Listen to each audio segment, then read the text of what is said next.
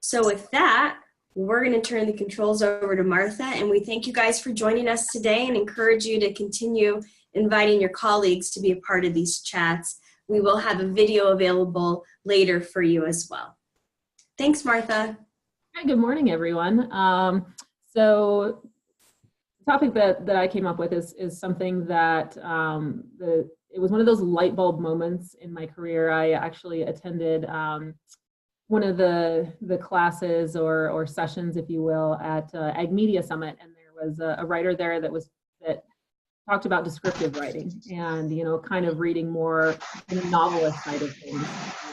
And once I was kind of given the permission in my own head to really describe scenes and get creative with my my writing, is when my writing changed dramatically. So, that kind of idea is what I'm going to try to impart on you guys today. And through practice, these are some of the things that I have found have helped me become a more descriptive writer.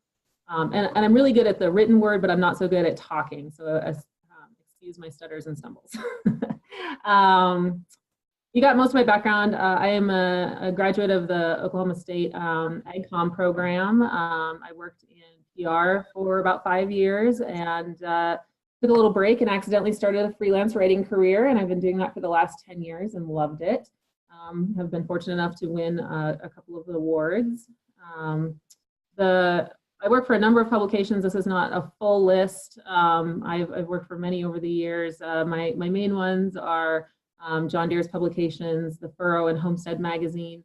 I recently populated a website for them called John Deere's Your Backyard Tips, kind of a fun thing to check out if you would like. I've written for No-Till Farmer for quite a few years now. I've done some special projects with High Plains Journal over the years, and have recently done some work with Charlet Journal. Apologies to anybody I missed, but I've worked with several over the years. So to start off with, we are readers as well as writers. So I think it's important to sit down and really think about, what do you personally enjoy when you are reading, whether that be a fictional book or a news article. So for me, I really like to escape when I am reading. I want to be able to picture in my mind and have a really strong sense of place of where the article or the book is taking place. So I really want to be able to have enough information to construct an image in my mind. I really want to understand the people in the article. I want to know who they are, what makes them tick, whether I would get along with them or maybe I wouldn't get along with them. Just kind of what their personality is and what's important to them. I also want to quickly know what the story is about. I know everybody's probably searched for a recipe online and read 7 paragraphs about the author's kids before they got to your coffee cake recipe. We don't want to do that in journalism. We want people to know what we're writing about fairly quickly. I want to have a smooth reading experience. I don't want to have to reread a sentence 3 times to know what they're talking about. I personally want to learn something or be challenged. We're always told to write to, I don't remember what it is, like a 6th grade level or 5th grade level. And that's fine. 95% of what you write should be to that. But I also want people to throw in a word that maybe I have to look up, or I'm able to learn in the context of a sentence. I want to learn something through the story and through the language of the story. And I want to be entertained. Even when I'm seeking out news, I kind of want to be entertained. And other people are like me in that. The trends these days are we really want to be as close to a story and see a story in as detail as possible. We have high definition TVs, 3D movies, 360-degree cameras. Virtual reality is something people really enjoy. The great news is we can deliver the sensation of that full immersion through descriptive language in our writing. So to do that, we have to build a world with words. So this is one of my favorite pictures that I've taken. This is from branding at our ranch. That's our family brand and my cousin's foot and his brand on his boot there. And I just think it's a great photo to talk about what all we observe. Now, a picture we can see with our eyes, but if I was there and I was going to describe that scene for an article, I need to use all of my senses. Because a world isn't just about what we can see. It's about layering in many different factors to create a picture that we can really immerse ourselves in. So obviously the first thing is sight. There's plenty to see there. There's color, there's action, there's movement. But then we think about smell. I can smell this picture. I know what this picture smells like, and I could describe that in an article, and should if I was describing this scene. You know, you're gonna have your burnt hair, but also don't go for the obvious. Burnt hair is obvious, but you know, you might also smell the sagebrush that's been crushed under the feet of the cattle when they were put in the corral. You know, or that kind of earthy, salty smell of cattle and horses. You know, they really observe and think about all of the smells that you might associate with this photo. Touch. In this photo, the touch would be the heat radiating off of the iron. You know, maybe the feel of the hair or that too, but I mean, heat is kind of one that jumps out to me from this picture. Sounds. You know, there's a lot of sounds in this picture. There's going to be the cattle in the background. There's going to be people joking and talking and, you know, working, and, you know, this guy's wearing spurs, so there's probably going to be a little tinkling sound from the spurs. You know, those are all things that we can use to help people feel like they're there. Taste is a little bit challenging for this one, but, you know, when there's smoke in the air, you can have kind of an acrid taste in your mouth, so we could apply that too. And not necessarily a sense, but I like to add in emotion. I like to observe the emotion of the scene that I'm in. You know, is it happy and jovial? Are people very serious about the job they're doing? You know, are people sad? Are people frustrated? Are they tired? You know, really take the temperature of the scene as well. So when you're going out to gather a story, obviously we want to use all those senses to be gathering information. But I would state that observation should start well before you arrive at the ranch. I'm a big fan of when I'm driving to a place, you know, when I get to a certain, you know, it depends on how rural the place is, maybe 15 miles out, you know, turn off the radio and start looking around. Look around in your environment and note how the landscape is changing.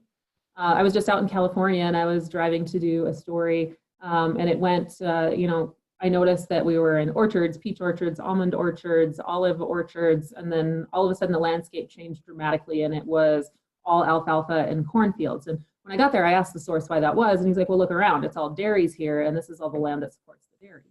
You know, and so that is just useful information to have. You know what season it is when you go out, but really look around as to the area you're in. What are the indicators of the season changing in that area? Obviously, it's going to be different in Montana than it is in California or South Texas.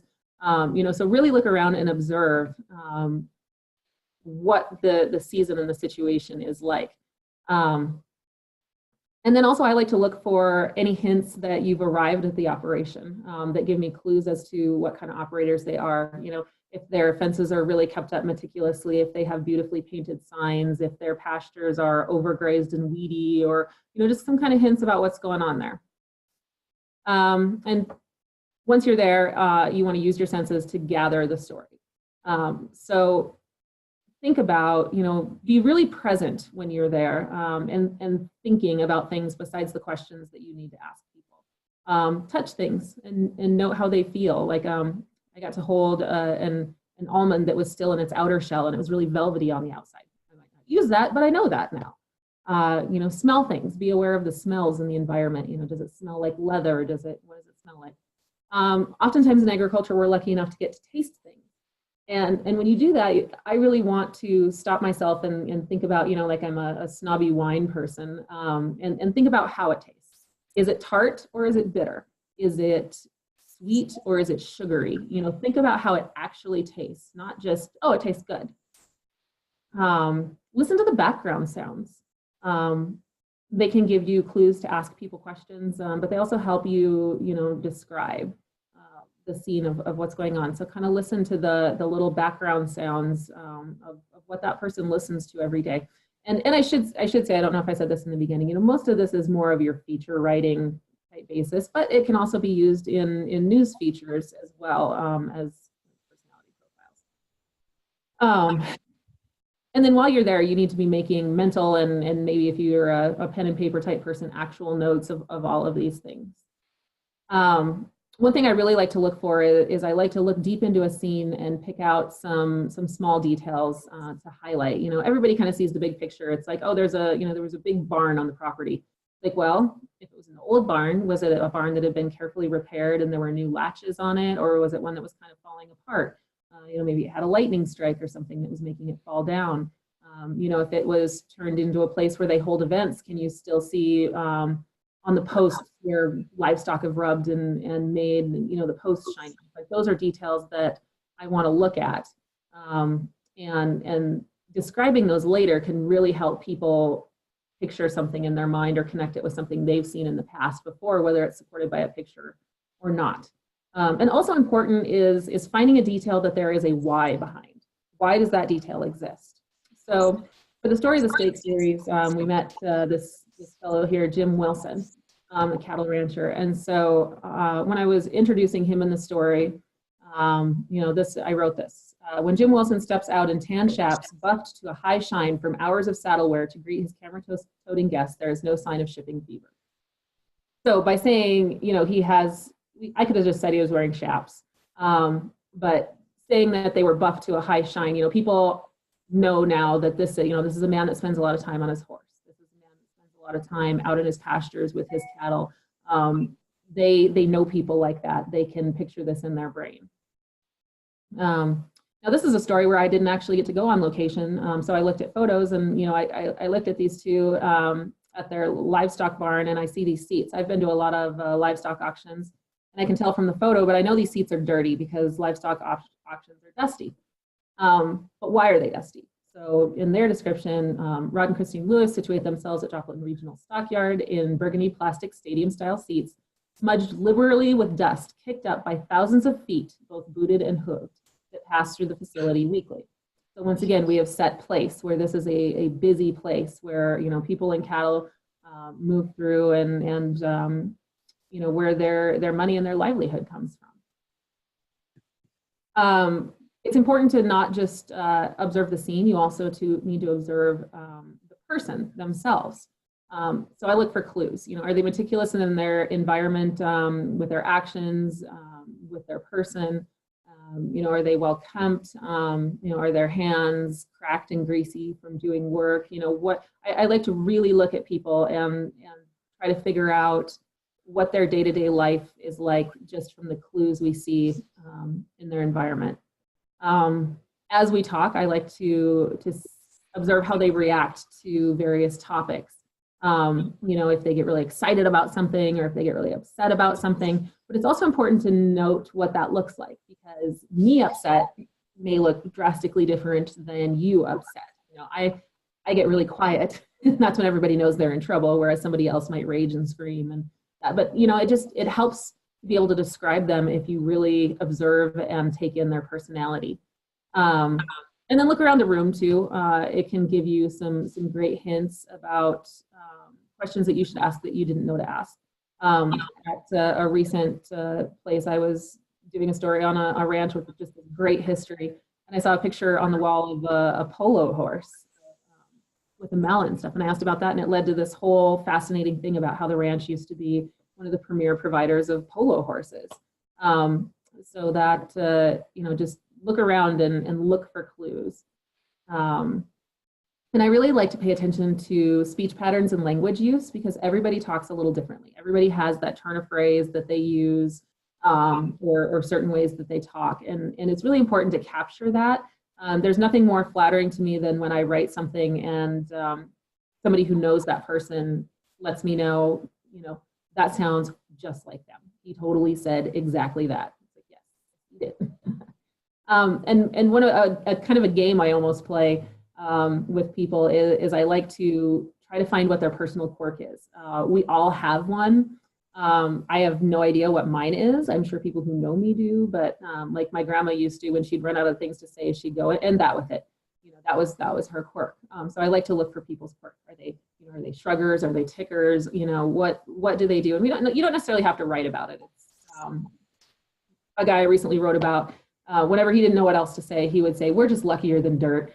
I have no idea what that means. Is dirt lucky? But he said it so many times that I ended up working it into the story. And once I got to know him, luckier than dirt did make sense because he valued and had such a connection with the dirt that had supported his family for 400 years. But, you know, just looking at personality, this is a guy I wrote a story on who digs dinosaur bones in his spare time in the ranching area around Jordan, Montana. So after observing him, this is what I wrote. While everyone else is cooling off and celebrating what will end up a museum's prize jewel, the only person sporting a cowboy hat, belt buckle, and boots is still gleefully digging away. It seems completely oblivious to the gritty sand working its way into every pore and the 100+ degree temperatures snatching every hint of moisture from the air. And in that one, I wanted to point out that it was a hot, miserable, horrible day, and this guy couldn't care less. He was thrilled and excited to be there digging dinosaur bones with a shovel that he had worn out and had to replace the handle on multiple times. Now, if you ask somebody if that was work, they'd say, no, you couldn't pay me enough money to wear out a shovel, but for him, it was fun. So when it's time to actually write the story, most of us aren't fortunate enough to, you know, race back to the office and write the story immediately. So I find it is a really important step to return yourself to the scene. And I do that by obviously reviewing my notes. But I also think it's important to listen to the recording, even if you've had somebody transcribe it. At least listen for a while so you can familiarize yourself again kind of with the tones that the person used when they were saying things and such. It just helps get you back into where you were when you visited those folks. And look at the pictures. There might be things in the pictures that you see that you didn't notice when you were there. Or maybe somebody else went out and did the photography for you, but look at those pictures and use those to help describe the scenes. Sometimes, like I said, when you're not there, or even when you have been there, I find it's important to spend some time before you get in front of the computer imagining the scene. You know, close your eyes and really try to picture what it is you want to describe. You know, a lot of times I'll do that. I'll get in the car. Oh, I won't close my eyes. But when I get in the car to drive home, once again, I have the radio off, and I'm just really thinking about what I saw and what are some of the words I would use to describe that. Put a picture in your mind and describe it. So this is a story I had to write about maintaining constant color in your garden. So I didn't see this, but this is, I know from experience what spring is like. So excitement builds each spring as tiny darts of color split green buds, hinting at what will sure to be a marvelous and joyful display of vibrant color in flower beds and gardens. So now that you've thought about it and you're going to go ahead and write it, I don't know how you work. Some people can only write one sentence at a time. Some people write the whole article and then go back and manipulate it. Whichever you do, you know, write it out and then take the time to read back through. This is when you're going to be able to add quite a lot of your descriptive language. You obviously want to try when you're first starting, but you know, this is where you really refine it. So I like to go through and add description where I feel like I didn't do enough, or maybe dial back where I did a little too much describing. But I really like to make my writing sing by looking through for words that are overused or basic. And maybe they're even only overused by you. But it's just like, you know, is there a more interesting way to say this? Is there a more descriptive way to say this? Is there a better word for me to use? This especially becomes important when you're writing about a topic, and you know, that topic is a word that you're going to have to use a lot. So like that story that I just read an excerpt from, you know, it was about color. Well, I don't want to say color over and over and over again, so we had to start thinking about different ways to say color. So, you know, color is another major consideration. Scheller advised choosing a color, no, I want to say palette, choosing a palette and sticking with it. And, you know, throughout that article, I probably used words like, you know, tint and shade, and, you know, you just want to get creative so you're not using that word over and over and over again. And when you use more descriptive words, you are able to better get people into that scene and help them understand what you're looking at. Color is pretty generic. Can we get more specific so they can see it in their mind? These are some words that are just a couple random examples of words you can swap out to make your writing more engaging, or maybe more descriptive. You know, do I lift something or do I elevate it? Is it dry out there or is it parched, thirsty, desert? You know, what are some different words that I can use to describe it? Especially words like white. There's so many different whites. Just go to the paint store and you can see how many whites there are. You know, so maybe describe if it's a muted white, a dingy white, a pristine white, a fresh white. You know, really think about what white is when you are writing your descriptive article to draw people in.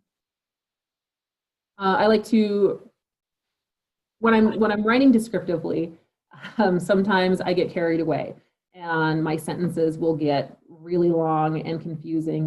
This is once again something that you need to go back to, and I like to read everything out loud because if the flow isn't good, it's a lot harder for your mind to skip over that. Like, you know, when you're reading in your head, oh, it sounds fine. But if you read it out loud, you will be forced to admit that, okay, maybe that sentence is too long, it's a little too wordy, and that you should, you know, trim it up a little bit.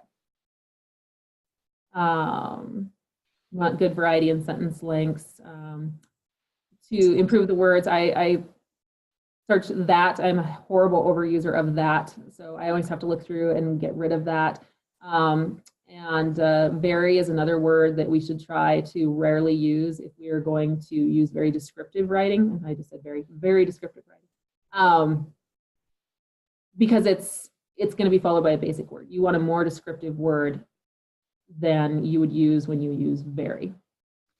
So here's a chart. Proofreadingservices.com is the one that has this if you want to seek it out. The quality is not very good, so it's hard to see, but you know, just some words that you should use instead of very smooth, it's sleek. Instead of you know, very tight, it's constricting. Very tiny, it's minuscule. You know, these are words that that people can relate to more because it gets them really specific in their vision. So let's talk about what articles you should use descriptive writing in, where the reader expects it. So I'm just going to bring all these up. In breaking news, one too far. In breaking news, you know, this is not really the place for descriptive, immersive writing. In my breaking news, I want to know the facts. I expect it to be straight to the point. I don't really want to, you know, I don't care if they have glistening blonde hair. I want to know that there is a blonde murderer loose in the neighborhood. You know, I want my news to be straight and to the point. With how-to or educational pieces, for me, I feel like there is opportunity to have some good descriptive language there in the lead to draw people in. But after that, you know, everything should be pretty concise and easy to reference, less fluffy. News features, you know, these are more in depth. They're reporting an ongoing story or a deeper look at a story. And this is where I would start to expect a lot more immersion. I want detail. I want to know about the people. I want to know about the place. I want to be able to picture it. And most so when we're doing a feature or a profile. I mean, these are about human interest and entertainment. Of course, we're going to learn something from them, but these are places where we really should be giving the readers a sense of place and a sense of the person. And this is where that strong descriptive language really makes a lot of sense. So, like I said, for an how-to and educational article, go ahead and hook the reader with a good description, but don't do the recipe thing and do 7 paragraphs of description, a quick paragraph of interest to draw them in, and then dive right into the meat of the article. You know, throughout the article, feel free to use creative adjectives, but just don't get too much fluff in there. I don't know why this is doing this. There's not an extra slide in there. So going back to this one that I already read you part of, this was a how-to article. So this is how I approached it. So we have the excitement builds. Each spring is tiny darts of color, split green buds, hinting at what will surely be a marvelous and joyful display of vibrant color in flower beds and gardens. We've set the scene. They're in spring. All too commonly, blooms fade as spring wears on, leaving a bland void, or goodness, I can't read it and I wrote it. Leaving a bland void of lackluster foliage where color once prevailed. This garden tragedy can be avoided with a little research and planning. Blooms can be a constant presence from early spring through late fall. So we set the scene, but we quickly moved into the fact that we're going to tell you how to fix this. News features. this, the question often arises is, where does it make sense to use your big flowery descriptions? And it really, with news features, I think it really depends on the piece. You as a writer have to figure out whether or not you want to lead with the issue or set the scene and then quickly jump into the issue. It works both ways. I think in news features, it's, I don't know, it can really go either way. But I think it is important for people to know what that story is about really quickly. So don't set the scene for 5 paragraphs, set the scene for a paragraph or so, and then get right into what the issue is. Just figure out which is more important. And this is something I'm very guilty of. It's like, once you give yourself permission to use a lot of creative, descriptive language, sometimes you get so caught up in writing and describing the scene that you forget that you're not writing a novel, that you are writing an article. And so you have to kind of cut some of that back and say, have I gone too far? Is this too long? Am I going to lose the reader because I've been so busy describing in grand detail the scene? So just remember that you don't have to describe the scene all at once either. You can describe the scene, talk story a little bit, describe some more scene. Don't smash it all together and lose the reader because they're not getting into what the story is actually about. When you get to true features and profiles, this is where you can use a lot of your creative and immersive language. When I read a feature or profile, I'm entertained, and people expect to be entertained. So go ahead and entertain them. Go ahead and put on your novelist hat and grab a hold of that reader and bring them into the world that you're trying to create.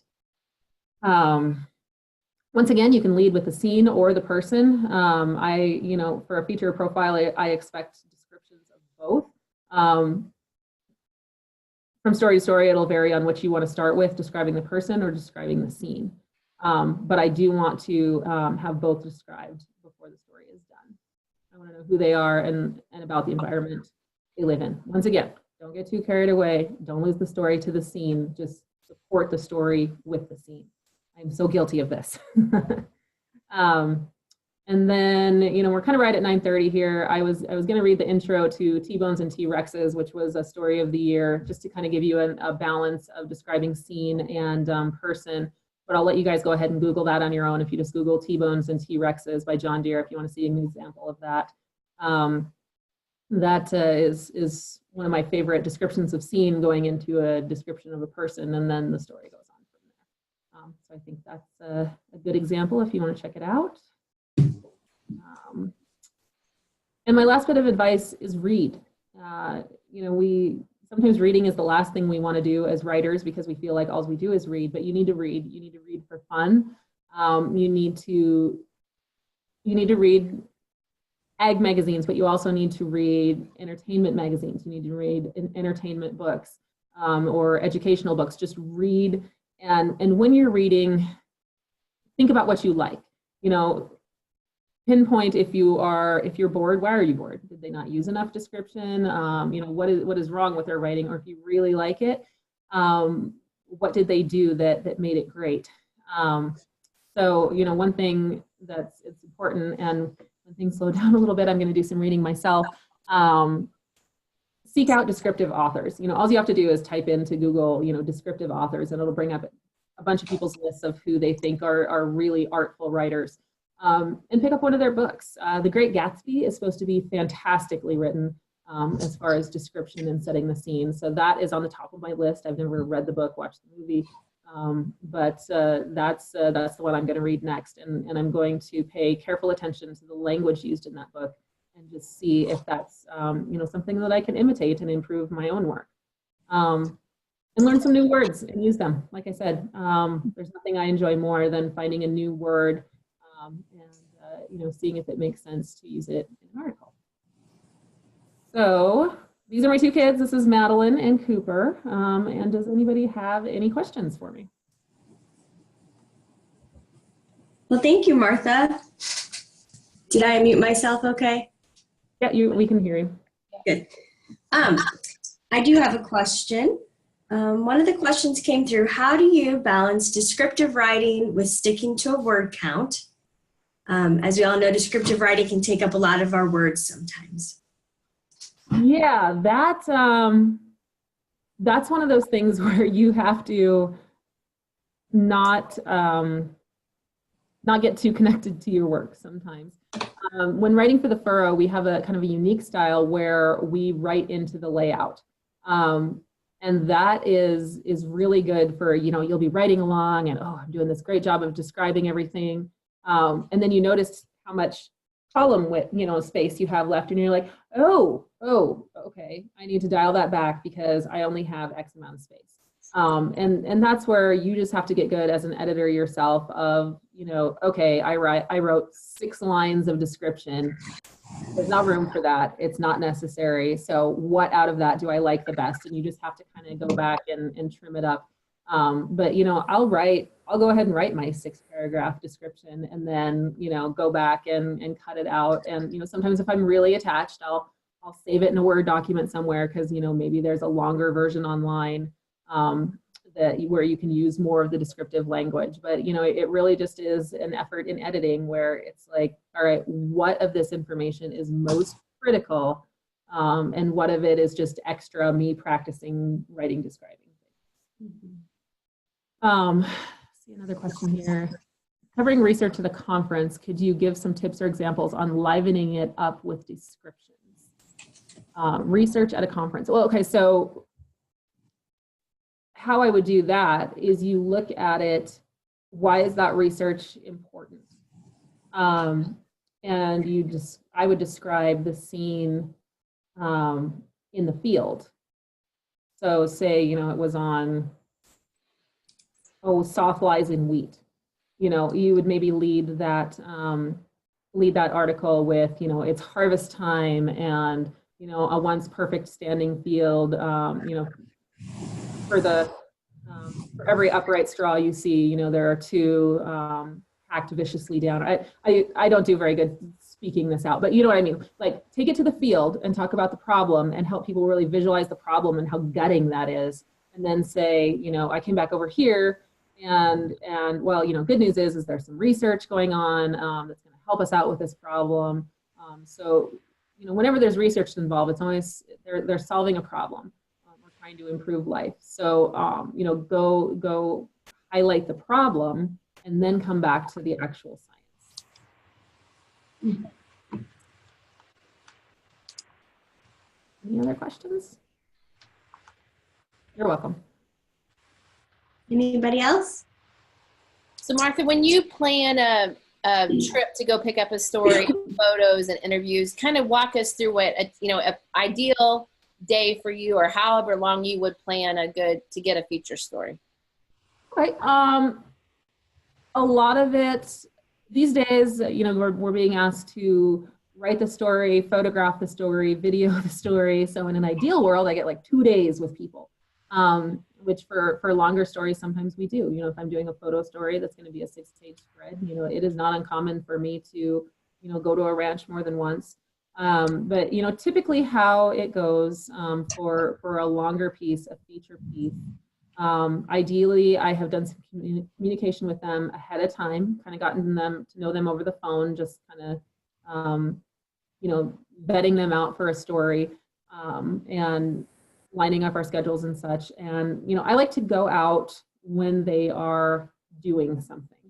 They'll always be like, I'm busy, I don't have time. I'm like, no, that's perfect. You're working cows, fantastic. I can watch you work cows.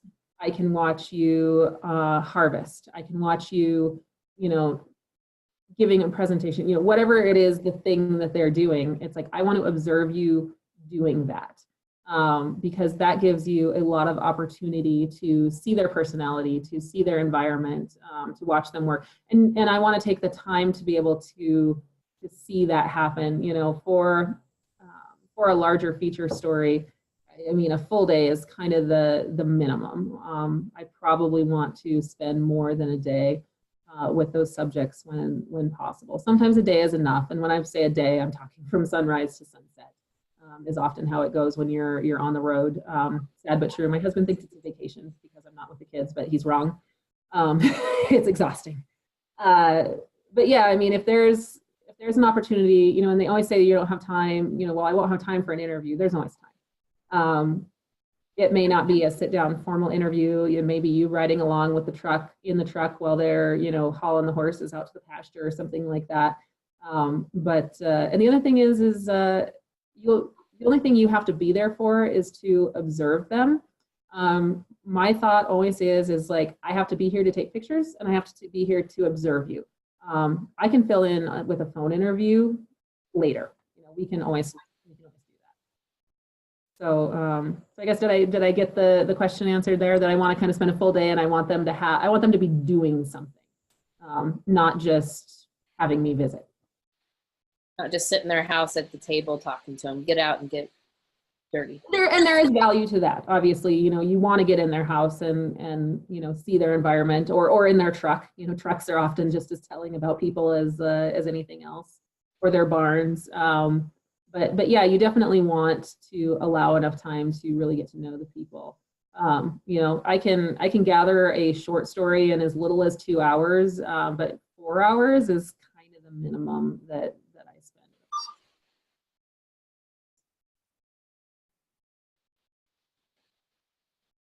I heard you mention typing up, or you know, having somebody transcribe your interviews. Do you do that a lot? Do you use some sort of upload service, or who do you utilize in a project like that? I have a sister. So when I get in a pinch and I'll often have her do it. But I have just really found that it's valuable for me to, especially because we have such a long lead.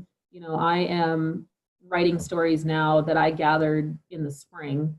And there's just such a disconnect there that I feel there's a lot of value in me listening to that recording myself, and typing it out. And it's, you know, it's kind of like rewriting your notes in class before a test. It's like that helps everything sink in. You know, it's the same way with listening to that interview and being forced to transcribe it yourself. It just really helps you. It's a more active listen than you were probably doing when you were there, because when you were there, you were thinking about your next question. You were looking around the room to see what else you could ask questions about. And so when you transcribe it later, it really is a more active listen. There are some great transcription services out there. I just don't use them. Anybody else have questions?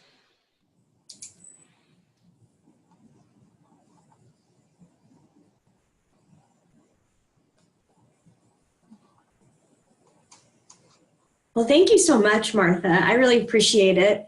You did an awesome job, and this was super helpful. And I always think it's just inspiring to hear about other people's processes.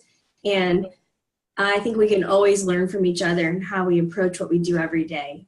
And it's just a good reminder to us to be descriptive and to really set that scene so our readers can benefit from what we were able to experience. So thank you so much. If there are no other questions, I also want to thank Angie for helping us out with moving this over to Zoom. I think it worked well. But if you guys had any problems or have any questions about it, don't hesitate to reach out to me. I'll put my email in the chat area. Angie, do you have anything else? No, just let us know if you had problems or if there's ways that we can improve this in the future. Excellent. And if anybody has any questions later, feel free to contact me. I am always game to chat with other folks about being a freelancer, being a writer, being a photographer.